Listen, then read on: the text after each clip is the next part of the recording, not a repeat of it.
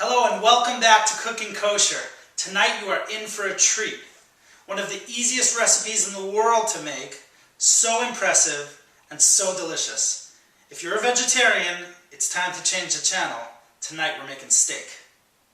Okay, let's start out by going over our ingredients. As you'll see from left to right, we have some kosher salt, some fresh ground pepper, some really good extra virgin olive oil. You have your kitchen tongs for flipping the meat. Then you have the cut of meat, which in this case is a New York strip steak. You could use a ribeye or other cuts of beef. I find this works the best. You have some fresh garlic cloves. We have 3 here. Your chef's knife for cutting some things up. Some fresh sprigs of rosemary. We have our asparagus in the back with some fresh lemon and some toasted sesame oil for our side dish. And I'd say one of the most important ingredients in this recipe is the pan. You may choose to grill your steak, but tonight I'm going to be pan searing it. And you must have a strong, heavy bottom pan. You could do this in a stainless steel pan, but I find that cast iron really does work the best. This is an extremely heavy pan from Lodge. It's 100% cast iron. I got it in Target for about 16 bucks. Seasoned it, and we're ready to go. I'll show you how to do that in another video, but for now, check it out. First things first, before you even start heating up the pan, you got to take down your smoke detector. There's going to be a lot of smoke when you're cooking the meat, and you don't want to scare the neighbors.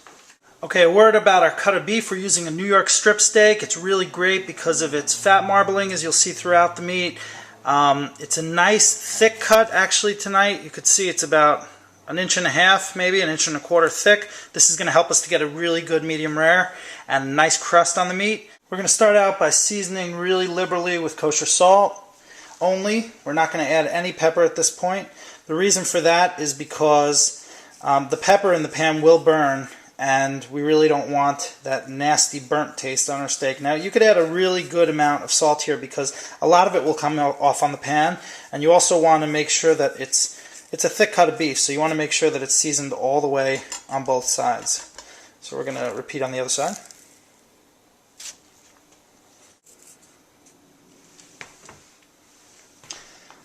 Now that I seasoned both sides of the steak, I'm actually going to mop up what's left on the cutting board to season the sides of the steak.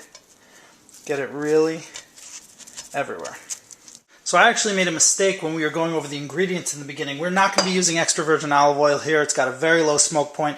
We're going to be using some vegetable oil. In this case, I'm using canola oil. And put it in our hot cast iron skillet, and we should be good to go. So let's fire up the pan. There we go. You're going to put it on a medium-high heat. It's really important that you leave your steak out for 15 to 20 minutes at least before you cook it so that it's not stone cold in the middle and you'll burn on the outside. It'll be rare on the inside. It's no good. So you want to just make sure it's out at least 15-20 minutes, maybe 30 or 40 is even better, and make sure that your pan gets really, really hot before you start cooking the steak. Tonight we're going to be using the constant flip method, which I learned from my friend on YouTube at Culinary Fanatic, and he basically has a method unlike many of the other chefs who just flip the steak once. He actually flips it every 30 seconds, which forms a sear that's really, really superior to any other method. I've tried a lot of the different ways, and I find that this works best. So I think our pan is just about there. Let's get some canola oil in the pan.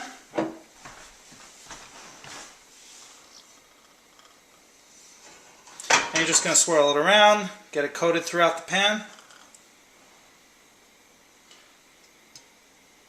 Again, we're using a really, really heavy cast iron skillet, so you got to make sure it's really hot before you add your steak.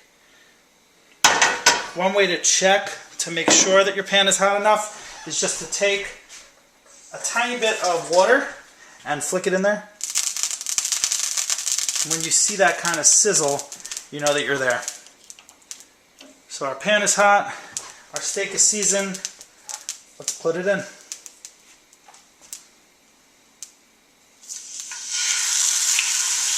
Great.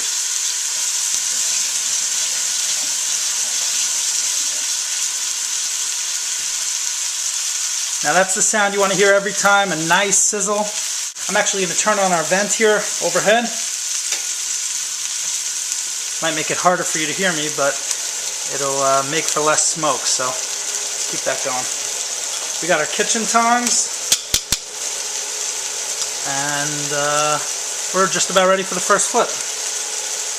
I'm going to turn the heat up a little bit, get it really going. Here we go, first flip. And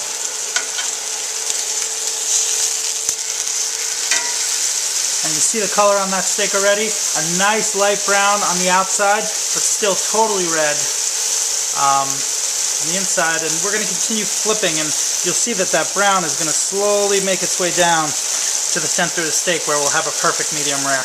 So just try and keep your eyes on the clock and flip when it's time. Here goes our next flip.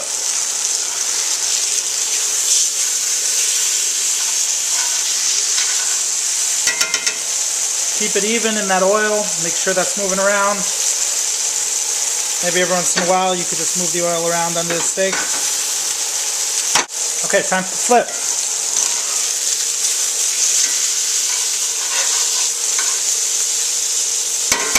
Great, coming along really nicely. Now there's many ways to determine the doneness of a steak. Some people use a meat thermometer, looks like this. And they stick it right in the middle of the steak. I hate doing that because that kind of lets all the juices run out. Other people use a touch method where they feel with their finger and they compare it to different sensations on their hand to get an idea of how ready it is. Too much talking, time to flip again. Let's do it. Good. Looking really good. And you can see that crust is getting darker and darker. Always push it down a little bit so that the contact between the steak and the pan is 100%. At this point, our handle's getting hot, so you want to use your towel when you're touching your handle. I'm going to lower the heat a tiny bit just so we get it cooked all the way through because it is a thick piece of meat. So as I was saying, with this constant flip method, I actually don't use either of those techniques. I just go by color only. I watch the middle of the steak and see how it gets cooked, and I also make sure that I'm continually flipping, and when the crust looks good, it's pretty much ready to go. We're ready for another flip here.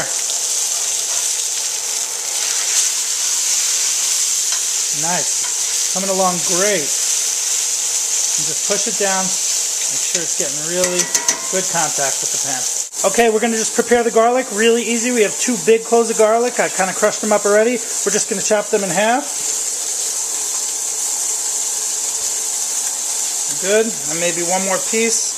Just have some pieces to scatter around to get some flavor there in the pan. Just 6 pieces of garlic here out of 2 big cloves. That's perfect. Then we got 3 rosemary sprigs that we're just going to drop in there also. So these are our aromatics. All right, back on our steak. We've been talking too much. Time to flip. Now look at that. See that dark brown? It's really coming in now. Keep that contact with the bottom of the pan. We're still not going to add our pepper. We're holding off for really the last moment. And then after the steak is ready, we're going to have to let it rest for about 10 minutes. That's when we'll prepare our asparagus. Looks like we're ready to go again. Let's flip. Now at this point, you could start searing off those sides a little bit because they haven't been cooked at all. Just hold it up. Use the side of the pan, help you out. Render out some of that fat on the sides. See, it's really adding to the juice in our pan. Nice. And we're going to do the same on the other side.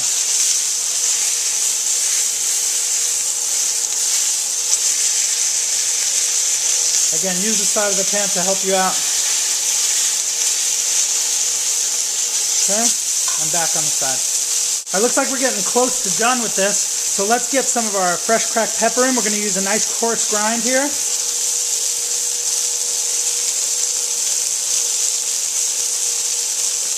That looks great. And once we flip, we'll do pepper on the other side. And you see now we're getting lots of smoke and we have a tremendous crust. Let's add our pepper on the other side.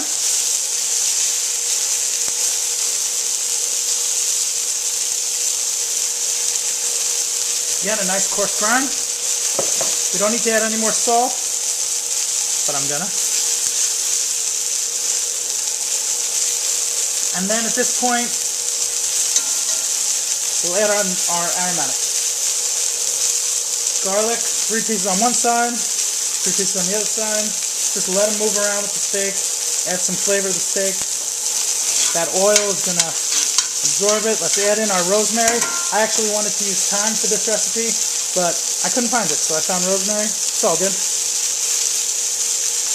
Okay, just move it around in that oil. Brush the steak with some of that stuff. Rosemary and garlic. Get that flavor in the steak. Let's flip. Again, this is the constant flip method. And you hear that sear every single time. We're mopping up that juice. And we've got a gorgeous crust here.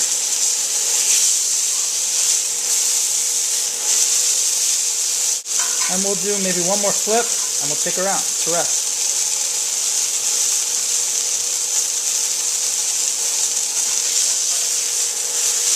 Last flip. And we're going to take the steak out to rest. Now it's really important that you allow your steak to rest, otherwise you'll cut in, all the juices will come flying out, and you'll ruin everything you just did. Here we are with the steak on the plate. You could see a foreshadowing of what's to come with the beer in the background. And we're going to cover it with another plate. Keep the warmth in there. Let it cook all the way through.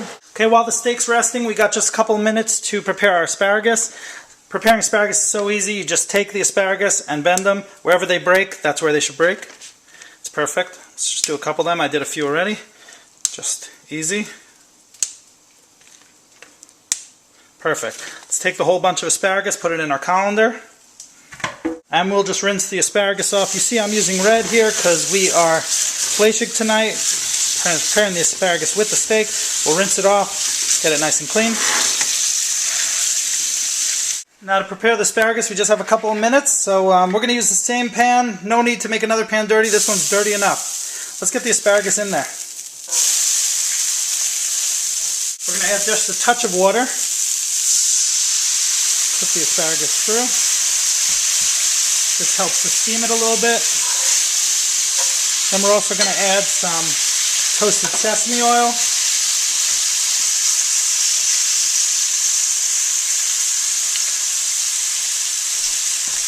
Maybe a tiny bit of extra virgin olive oil here. Here we'll use extra virgin because of the flavor that we want. Little salt and pepper.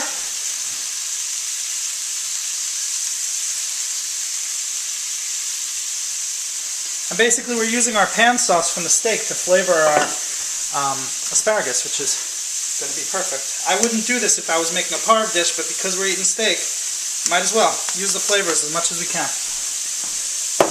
Alright, and then we're going to squeeze some fresh lemon. Let's toss this around one more time. You can hear the cast iron skillet really makes it just cook so evenly and smoothly.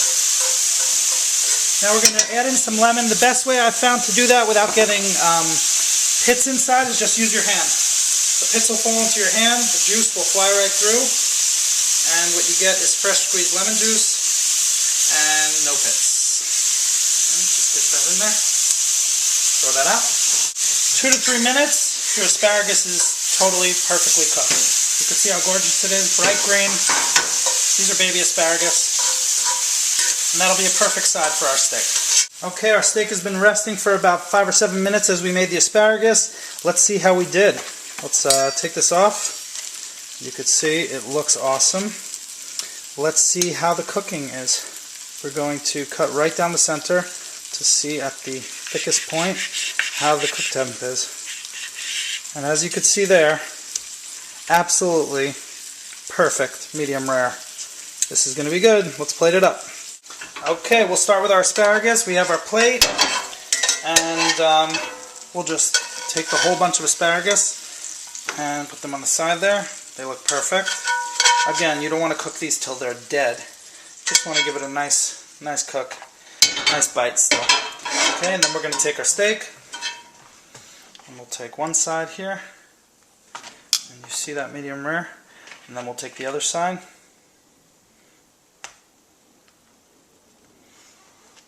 Okay, and then we will pour over our pan juices and bring it to the table. Okay, so here we are.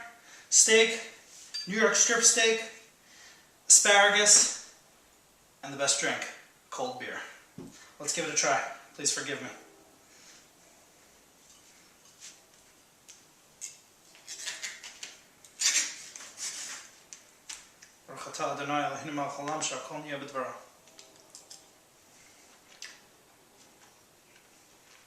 Yeah, man. Beer.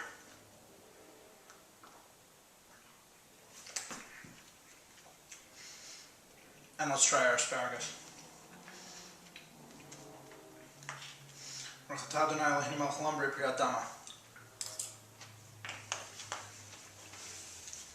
Perfect. So this has been another episode of Cooking Kosher. I'm David. I've been really having a great time cooking for you guys. We'll see you on the next one. And don't forget to put back up your smoke detector.